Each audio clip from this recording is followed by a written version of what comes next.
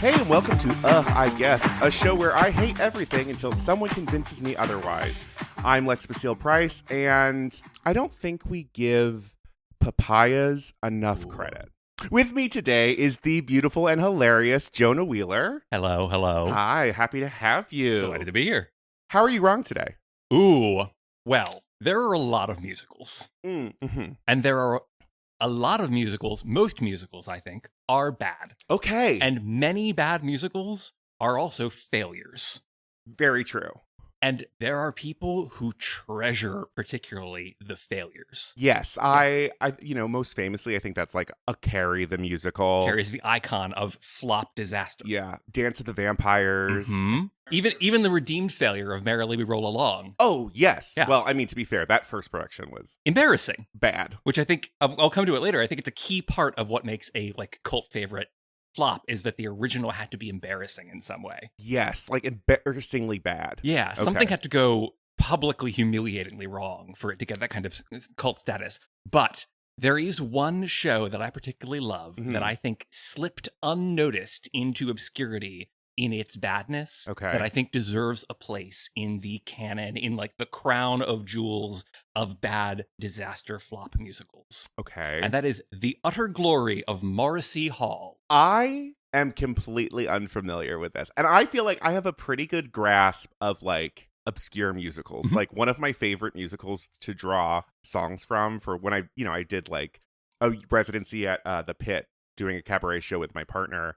And I snuck in as many songs from Applause as I could. Mm-hmm. But you mentioned this in our email interactions, and I had no idea what this show was. Yeah, other than the couple people I've talked to who were in it, I have met maybe 3 people who've ever heard it. Okay. It played one performance on Broadway in 1979. There are not many shows that have played one performance and then gone, you know what, that's it. We're not doing another one. Yeah. And that is almost late for that kind of thing. Because a lot of the big flops, I feel like, were early 70s, late 60s, where they were kind of just pushing through stuff and then no, this is not working. I checked the numbers on this.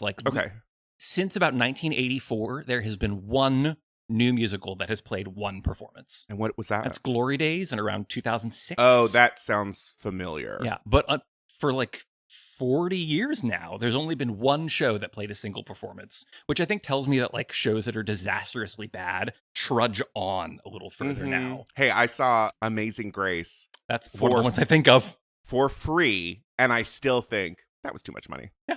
It still played a month and a half, 2 months. They were giving away tickets to that show. And then at the end, they led the audience in a round of Amazing Grace. And I sat in the midst of all of these very Christian-seeming people standing and singing it. And I was so uncomfortable just watching a show that seemed to glorify slavery. Yep. Yeah.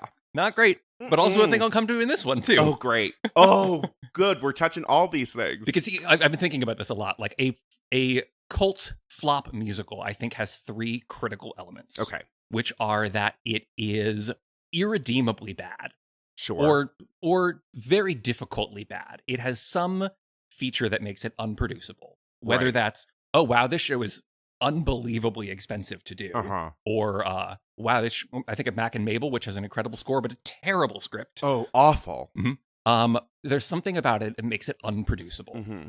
There's also something about it that makes it very notable. Mac and Mabel, again, has a terrific score, has really evocative songs that catch your attention. You still are I need to think about this show. And it also, as I said before, has to be publicly humiliating. Something has to have gone quite bad in a humiliating way. Maybe a tremendous amount of money lost. Maybe an embarrassing gaffe from the staff.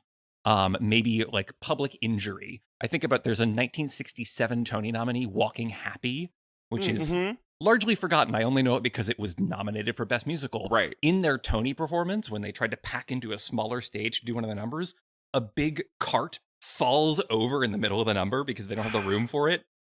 It's embarrassing. And your theory is that it has to hit all 3 of those things. I think it does. And this is the problem for The Utter Glory of Morrissey Hall, is that it doesn't hit the third one. Okay. It has a number of problematic features, which I'll come to in time. It has a It has a stunning level of like cartoon slapstick goofiness that I think makes it incredible. Okay. But it didn't have any attention. It came from a small, well-liked, but like not notable out-of-town production. It had no major stars in it. Celeste Holm hadn't been she originated a role in Oklahoma 35 years beforehand. That was their big draw, basically. Yeah. There was there was not a lot of money in the production, and it happened in 1979. In 1979, the big show is Sweeney Todd. And the like other like partial hits are The Best Little Whorehouse in Texas, and They're Playing Our Song. Still mostly forgotten today. But yeah, I feel like You're Playing Our Song really only is important if you listened to Sirius XM Broadway, because Seth Rudetsky fucking loves that show and would play it constantly, and it became a running joke between my husband and I of just like, playing a song. Just like, oh, no, I can't listen to this song anymore. Seth is an icon in obsession with forgotten materials. Oh, yeah. Yeah. But also, 1979 is a year of incredible flops. Yeah. Famously expensive disasters like Platinum and Ballroom, which Ballroom's redeeming feature is Dorothy Loudon. She's incredible. Ballroom is incredible. I've also sang a song from Ballroom. Is it 50%? Yes, it is. It's not the only good song in that show, but it's the one everybody knows for good reason. Yeah. And she kills. Yeah. She's insane. She's my favorite stage performer. Good choice. Always about to break everything. Yes. And masterfully teeters over the edge and never falls over. Yeah. But it's a year also of like weirdo flops. Saravá with Tovah Feldshuh is a musical adaptation of a Brazilian movie called Dona Flor and Her Two Husbands. I have heard of the movie. I have never heard of this musical. She's a widow. She's just gotten remarried to a stable, very boring dentist who's not great in the sack, and she is haunted by the ghost of her shitty douchebag first husband, who is a great lover, and has to spend the show trying to decide what she's going to do about that. And ultimately, all three of them just decide, you know what? This is kind of working for us. So they have a throuple. They have a throuple with a ghost. You know what? I think that one could come back. I imagine none of the material in it is good because I haven't heard anything else about it, but the plot's fun.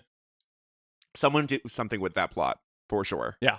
And then there's a couple others that doing this research, I was like, I've never heard of King of Hearts. What the fuck is this? The most generic sounding title. That could be about anything. Yeah, I thought I knew everything, and nope. But on your earlier point of like, you haven't heard of this one. Yeah. And like, I look to things like that book Not Since Carrie and other like materials that are focusing on flop shows. And this is omitted from basically all of them, not even a footnote. That's so strange. Yeah. You'd think that like there would at least be something remarkable about the show to do that. But as you said, like it didn't have that like embarrassing thing. It was just kind of like poofed into It wasn't expensive enough. It wasn't unfortunate enough. It wasn't stupid enough. Mm-hmm.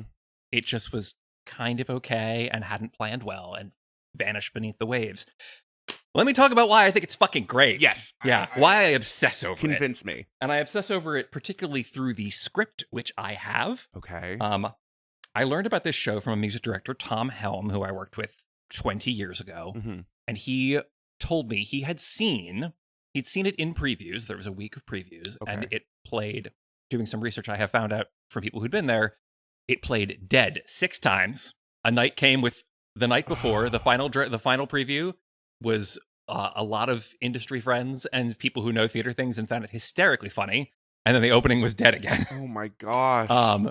Tom was somehow at one of these performances. I got I bootlegged the recording. It was 2008. And I was like, I don't know what this is. This all sounds kind of junky. It played one performance, so they recorded it 2 weeks later in one take for everything with ringer musicians. You know what? Kudos on them, though, for recording it, because there are plenty of shows nowadays that still don't get that. Yeah. And it exists. I have also found the sheet music. I have the handwritten score in my apartment. Since Tom's passing, I think maybe I'm the only person who cares about this show anymore. But I do read the script occasionally. I have a delightful time with it. It is cartoon slapstick goofballery. Okay. It is set in a British girls' boarding school. Its time is not terribly specific, but it feels roughly late 70s, and it focuses on particularly the headmistress and the rest of the teachers, the junior girls and the senior girls. Because it's British. They are the 12th form. No, they're the 6th form and the 5th form. Yes. And I'm not going to refer to them as that because as Americans, that is confusing. Oh, it's like even the distinction between public school and private school. The fact that it's completely the opposite in England, people are like, I don't understand. Yep. So I endorse this choice to. You also can do 6th form twice. Yes. You can finish your last year of high school and then optionally do it again. Yeah. Do like not? the bonus version. Yeah, you get to do different subjects and take A-levels in those subjects. Mm-hmm. But we have this very impassioned headmistress early in her career running a centuries-old British girls' boarding school. The show opens with an overture played by the music director in a wig and a bad evening gown, Miss Evelyn Potts, director of music. I was going to ask if there was drag elements in this, because when you just started describing it, I was like, this seems right for... And I think it should have some drag elements, a la, speaking of British girls' boarding schools, Moby Dick the Musical, which features, a class putting on a presentation of Moby Dick, and then the internal world of Moby Dick. Anyway, there is a key cross-dressing element in that one. The show starts with an overture that is the Morrissey Hall Concert Orchestra playing a selection from the Country Suite at the fair, and they are terrible. The overture is bad music, and the band is awful. The clarinet player, every time they get to a big featured solo, they flub it in awful new ways. Music stands fall over. Students are talking to each other, throwing things at each other. It is quite poor. I'm starting to see why there might have been a problem with the show. Yeah. I mean, this is the point of it, and I think part of the failure is like it's hard to do music that is bad and be funny. Yes. There's this composer PDQ Bach who does comedy orchestral music. Okay. But they're kind of hard to make work in the moment because like without any context for knowing that it is going to be bad, it just kind of feels bad. Yeah. Yeah. And unless you're like a serious like music nerd, and you're like, oh, okay. That's a reference to this piece of Beethoven, and now it's funny. Yeah. We finish our poor orchestra opening, and we come into the rest of this show. I want to jump into the text a little bit and find a moment that I think sets the tone of the show nicely for me. Perfect. The headmistress and her friend, who she has like gentle lesbian vibes with. Great. There's there's a nice vibe about all of this of like the headmistress's best friend, Foresta Studley, feels like somebody who's wearing like power suit, broad shoulders, tan, like big hair. There's a lesbian undertone to this that I love. Is there like bad seed implications to this relationship? Okay. Absolutely. Like there's a lot of comic violence. One of the problems in this show, one of the irredeemable issues is that it requires a level of cartoon violence on physical people that I don't think you can get away with today. Both from the bullying aspect, and which I think is essential when you're doing a madcap show about, high schoolers. Of course. And also a thing that I'll come to later. But like frequently there's a running gag opening the door of the reading room and finding Angela suspended by her ankles by the other bullies, and she is very used to this, and the headmistress is very used to this, and so is the groundskeeper very used to this and how to get her down. We're just kind of like, all right, this is happening again. Daily routine. I don't think you could do that today. Yeah, not, I think, anything other than like a Matilda, but everyone was already aware of that kind of thing. The Matilda is about overcoming scholastic violence. Yeah, and this is about, this is part of life. This is scholastic violence played for laughs in a way that I'm not sure you can, but I think is also, part of watching a 70s comedy. Yeah. There is a cross. The headmistress and her friend are talking in the hallway. Talking about various, bits and bobs of exposition, and a loud electric bell rings. Headmistress and Studley merely hold where they are and avert their eyes, and a phenomenon then occurs. To a sustained, high-pitched chatter that never wavers, a large mob of girls packed tightly together in a single unit appears from behind the offices, crosses between the two teachers, and continues steadily and noisily off-right. When the unit is off, a loud door slam is heard, and the voices abruptly stop. Note: this is called the Great Screaming Crossover, and it will happen again. I love that. I love that. And this is the vibe of all of it, is like, the stakes are 110% about things that do not matter. Yeah, and that there's this like, I love that like specific, this is going to be the vibe, get into it, kind of feel that isn't always the case for work that isn't, that is maybe more successful. But It does set up its tone clearly early on. Another key piece of understanding the tone, it is the second musical by the writer of You're a Good Man, Charlie Brown. Okay. It is Clark Gesner's other full stage show that was on Broadway. Which I think that original production was like it was really the revival that sold that show, I feel like. Yeah, like that's what brings it at least back into our attention. Like I'm a child when You're a Good Man, Charlie Brown is getting done a lot at the same time that it's being revived on Broadway with Kay Chen's. Yeah. Like, I don't know what it was before that because I wasn't there. Sure. But that tone, that Peanuts tone of like, wow, we're getting a really like heady and thoughtful and serious, and also the slapstick of Lucy pulling away the football every fucking time. Yeah. It like permeates this piece as well. It's a very similar vibe. Okay. Except British and teens. Yeah. The Great Screaming Crossover does return. It returns several times. My favorite time that it returns is Headmistress and Foresta, lesbian vibes besties, have gone on a bunch of like girls' trips together, and they're reminiscing about one of them and how they ended up performing some bawdy song together, and they've gotten Headmistress has pulled out like makeshift hats and canes. The two of them are in her office doing a soft shoe together, and the Great Screaming Crossover reoccurs. The bell rings, the thing comes across to the middle of the stage. One of the girls in the middle of it is lifted up and walloped over the head with books by another girl and is left lying on the stage as the crossover moves on. And two of her friends come back to get her and grab her and drag her along with her as Frances Eves crawls across the stage. Bow and arrow, like arrows from a bow and arrow, have been popping out of bits of the set and the desk and all these things for the past couple of minutes. And Frances is who they've been coming from. She is crossing the stage with quiver on her back to retrieve the arrows that she has gotten stuck into various parts of the set, thinking that no one can see her because she is such a smooth, maneuverable huntress. She is very obvious. And while all of this is going on, the big noisy soft shoe, the Great Screaming Crossover, obvious Frances, everything cuts off. There is a pin spot on the secretary in her office, who up until this point, Elizabeth has only ever said what or yes and nothing else. And she looks out at the audience and goes, well, I got this job when I was 18. I found it in the newspaper. My father was ill, and we needed something else to, temporarily hold us over until he could recover and get back to his work. And I was, I was in school at the time, and I had to put that on hold. I was getting a degree in art history. I've always loved museums. I've always really wanted to be an art curator, and I'm a couple credits left from being able to finish my degree and get an actual curatorship job, but I did recently find a museum in East Kent that I've written to, I could maybe like do a secretary job and also finish my classes, and I haven't heard back from them yet, but I don't get my letters at the office. Of course, I get them at home, so the letter from them could be at home right now. I'm gonna get home, and there might be a letter from them, and that'll be nice.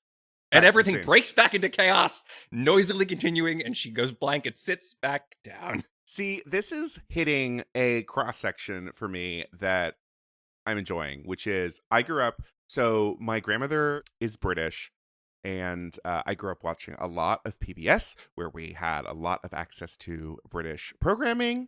I was the kid that was watching Are You Being Served, Fawlty Towers, that stuff. But it's also crossing with the kind of theater I used to do, which included things like the absurdist German play Slip Disc, which was about being in an office setting and like the wild, like to like the ridiculous degree about what the interactions between these people are. But I don't think that's many people. So I think we're hitting on this very specific cross of interest that I'm in it.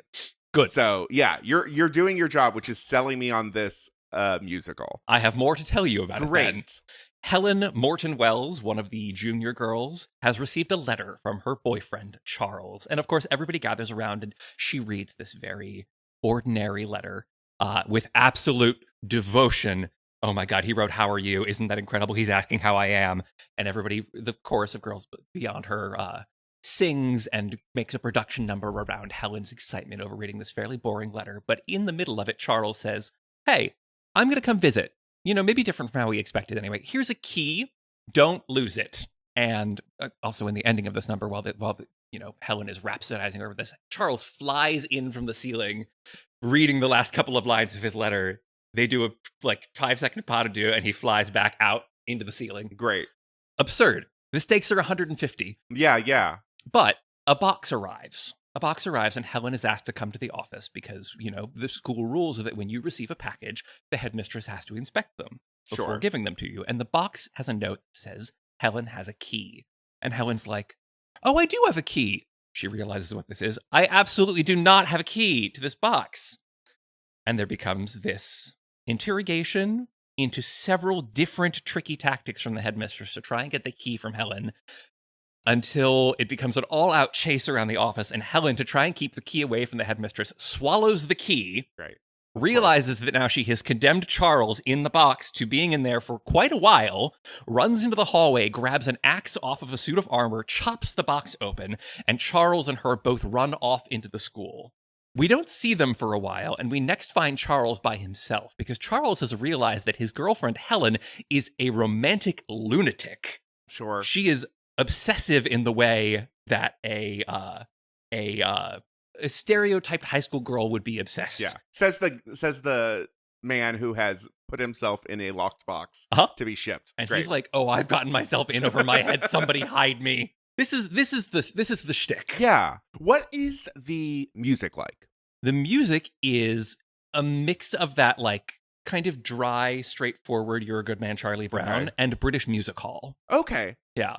Yeah, It's very cute. It's very cute, or it's very operetta. Okay. Yeah, I think, as an example, obviously, Operation Mincemeat is on Broadway right now. Mm-hmm. Won a ton of awards at the Olivier's. I don't know, and we saw it. I liked it. I'm a sucker for that style of theater and musical, but I wonder if it just wasn't hitting with American audiences. Mm-hmm. And because this only was in New York. It was only in the US. It was not. There were not British people involved in creating it. Fascinating. Yeah. The choice to be like, we're going to make this about Brits. But I think that it's clearly matching that style, though. It makes sense. I wonder if it had been done in London, if it would have had more of a life. Yeah. Because I just don't think American audiences are familiar enough with that style of performance. Like, you bring any kind of panto or Vauxhall kind of performance, and they're like, this isn't realistic. This is so over the top. It's calling on, stereotypes and stuff. I think we have the commitment to the bit now to do this. As I've been rereading the script for the past couple of days, I've been thinking about, like, television actors, things like, why am I trying to call her Amy Semple McPherson? Amy Sedaris. Yes. And What We Do in the Shadows, and things of just committedly absurd people. Yes, that's true. This is a musical about 18 committedly absurd people. Okay. All fighting for their misunderstood way of doing something. So what you're trying to say is you need this to get to Cola Scola and Amy Sedaris, and that put them as the two lesbians. And we got a show. Yeah, I mean, I would trust them to do almost anything to begin with, but like that's the vibe. That's the vibe. But I think also looking at what are flop musicals and how are they legitimized, mm-hmm. I think there are two ways that a unsuccessful musical achieves canon legitimacy, and one is through rewrites. Yes. One is like Merrily is the one that made it out. Right. It went through 40 years of we ditched the framing conceit. We ditched the everybody is played by a teenager wearing a shirt saying what kind of a person they are. The worst. And over 40 years of figuring that out, they made a musical that fucking finally worked. Right. In spite of how depressing it is. Oh, it's way more depressing than I think people even that know it realize. Mm-hmm. And I'm so glad that they brought because we had seen the stream of the London production that the New York production was based on years ago. And we were like, oh, this works. It's a show we both love, but this actually works. And so it's nice that other people get to see that. Mm-hmm. So yeah, I agree. Rewrites can sometimes just be like, hey, what is the core thing here? Candide, a famous flop, has been made viable through rewrites. It's also been made unviable through other rewrites. Well, Carrie, got another production with extensive changes, and now people do that one. That's true. Chess has never fucking worked. No. But that's its glory, is that it gets revised every 5 years into another disaster. People are like, will this work? Yeah. No, it doesn't. It doesn't. There's so many reasons chess doesn't work, and that's one of the things that makes it so interesting. Yeah. And the other way that a thing achieves legitimacy is by having enough female characters that it's done in scholastic settings and stock settings. Yeah. This is the avenue by which 9 to 5 and Legally Blonde achieve canon status in spite of unsuccessful original productions. So we touched on drag before. Mm-hmm. Was it just the headmistress? Not even the headmistress was in drag, just the orchestra conductor. Oh. Which didn't even have to be in drag because they never speak. Fascinating. Yeah. It was just all... It's a cast originally of 19 women and 3 men. Okay. I do think, speaking of rewrites, I think there are several ways that this show should be revised that would help make it functional. One of those is... this is more of a casting decision than a rewrite, but I would like at least one of the characters to be in drag. Yeah. I think one of the senior girls is best as a drag role. Mm-hmm. I don't feel like I need to go into like narrowing down each of these sort of ensemble parts right now, but I think that would help. I think the headmistress is also a viable option. I don't think she needs to be. Sure. I'm going to come to one of the problematic things in this story. Can't wait. The Act 1 plot and complications are the headmistress opens a scholastic journal, which has a great review of a different regional private school in her area that takes a sniped shot at her own program. Okay. It's a good review of the Foxhall School for Girls that makes a snide comment about Morrissey Hall. Yeah. And the headmistress is so upset about this, so she sends Elizabeth out in the hall to fetch any girl for an interview. And Elizabeth runs out, finds one, tackles her, and brings her into the office where Louise Vickers is interviewed with questions of, how are you doing? Are you happy here? Go fetch a book for me. Let me look. What do you think her posture is like? Is her posture suitable? How do you like your classes? Tell me what the weather's like. Can I see your teeth? Oh. And Louise leaves this thorough, examination back into the hall. And here's the problem. She tells all of her friends, I think they're going to sell us into slavery. This is a problem. Uh-huh. However, it is cooked into the plot because this becomes a part of a friction with the junior girls who, through a misunderstanding, think that the senior girls are going to do witchcraft to curse all of the school. So the senior girls are now fighting against the staff, and the junior girls are fighting against the seniors. Okay. I think what we do for this, because it changes very little, is that Louise leaves and thinks that they are going to sell them for meat a la Soylent Green. Ah, sure. That's kind of where I thought that was going. I didn't immediately think slavery. Yeah. I don't think that was okay in 1979. It wasn't. But then, we also did Millie. Millie? Yeah, I was just, I came in my mouth and I was like, that was still a plot point in Millie in 2003. Yep. Wow, the world's changed. Yeah. Not at all. Relatedly, all of the chaos of Act 1 happened. The witchcraft thing happens because one of the senior girls hypnotizes one of the junior girls, and now Florence Dickerson, every time she appears in the rest of the act, is just in a trance, walking glassy-eyed, being behind doors when people open them. It's very silly. It's very strange. But anyway, the junior girls think the senior girls are going to put a curse on everyone, and the ridiculous stakes of this. The junior girls have also recently won a contest. They won a contest for a historical reenactment, and the prize, they did not realize, is a bumper car machine, a bumper car ride.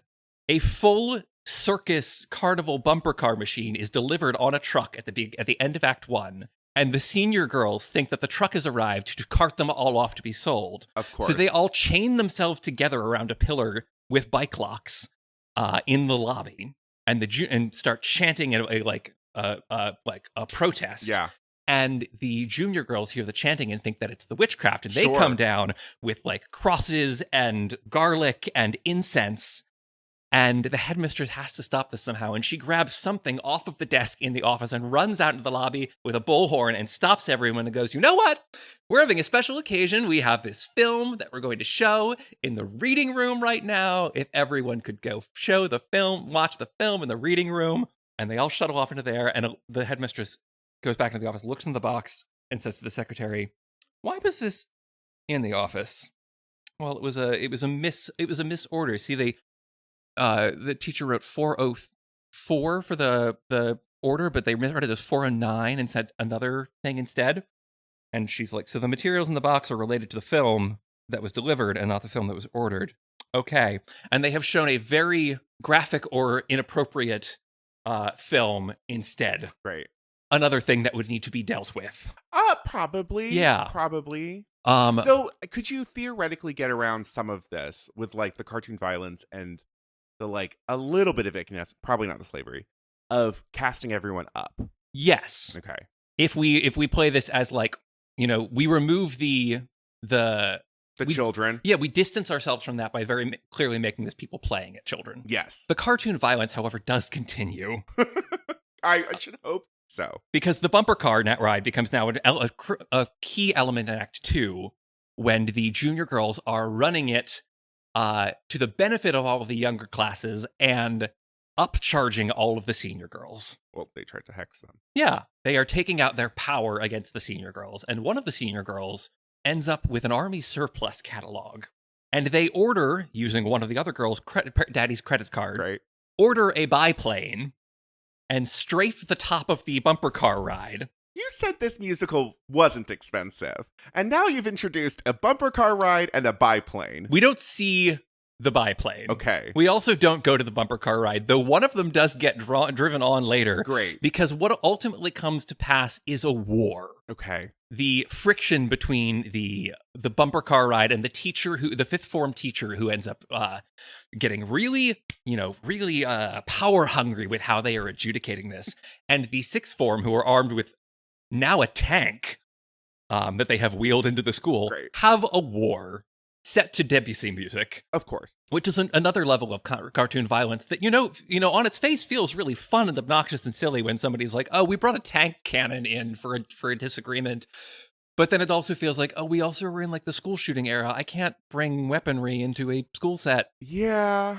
I get that. Yeah. I think you could theoretically get away with it being so ridiculous. We have to leap past the rifle point of army surplus and get into the biplane and tank level. It's the absurdity level. Yeah. Yeah. No, you don't want guns in school. So this is the threading that needs to happen. Yeah. I think it's, from what you're describing, though, this seems fully doable, and there, I think, is appetite for something like this. Mm-hmm. I don't think it's, like, so far off the path, especially if, like, with some rewrites or, making sure the orchestrations are good enough. Mm-hmm. And smaller. Oh, and this is one of my other things about rewriting it, is that it needs to be made smaller. Yes. We can cut one teacher, one girl from each of those forms. Oh, yeah. And make this take this from 21 people to, like, 17, 18. It also didn't need a 30-person orchestra. I mean, I know there were union limits that required orchestras to be large in the 70s. We don't need. No. But also, I want to be clear. I love this show. I think it's hysterically funny. I do not think it needs to have a Broadway production. No. This seems very off. Yeah. I think it needs to have its own little whimsical life, not even to the degree that Carrie does. My argument is not that it needs to be a great show or that it needs to be beloved by all. Right. But I think that it needs to have a place in the canon of bad musicals that sometimes we do because they're silly. Yeah, no, I agree. I think, it's wild that someone like me who has knowledge of a lot of the intersections of this show has never heard of it. And I think that I agree that it doesn't have to be everyone's thing, but it should be some people's thing. And it seems like there really isn't anyone other than yourself, maybe a few other people that really even know this show. Yeah. I've managed to talk to a couple of people who were in it, not for very long. Okay. But playwright Polly Penn, I know her for a piece called Arlington that was done at Vineyard maybe 10 years ago. Okay. Was one of the girls. Mm-hmm. So was Annie Kay, who is one of the copyists of Broadway musicals. Those are the people who do all of they manage all of the music that's on the page and given out to the orchestra, which is such a complicated job that it has to be a team's sole responsibility to manage the written notes. Oh, for sure. But Kay Houston Music are one of the premier copying houses, and Annie Kay was in this show. And did they mention anything that, like, theoretically contributed to it, or just that to its failure? Yeah. I think what it is that it came in with basically no advertising for it. I think the show was depending on, like, the review being able to sell tickets, and they opened on a Sunday, and They got a middling to low grade review. Yeah. Not even a bad one, just this is fun, but whatever. And that didn't make any impression. And everybody came back on Tuesday to a posting of actually, none of you have a job anymore. We're not even doing it tonight. This tragic. I am so glad you brought this, because now it's something for me to look into, because I truly am incredibly curious about this. Other than my partner who has had to listen to me talk about this at length for the 6+ years that we have been together, I have really wanted to be able to make a case for this strange little thing that I love, that I left this point out earlier in the talk. I was an intern for a music director. He told me of the show, and I listened to it, and I was like, what the fuck is this? I don't get it. And I come back to it again 5 years later while pulling an all-nighter as a music copyist. Of course. I have been up just moving notes around pages it's 4 a.m, and I put it on, and it's the funniest thing I have ever heard. And I have wanted to go to bat for this stupid, dysfunctional, 100% committed weirdo little thing for a while, and I'm appreciated to get to just obsess over it in front of people for a minute. Well, you've now kept our listeners as hostages to do that exactly. And I think, if I'm any indication, I am not a great audience member for bad theater. My husband sees musicals and plays and will sometimes go alone if I don't have a strong interest, and he'll come back and be like, you do not need to see this. You will hate it. So if you've convinced me, that's a high bar to clear so far. So I think you're doing well.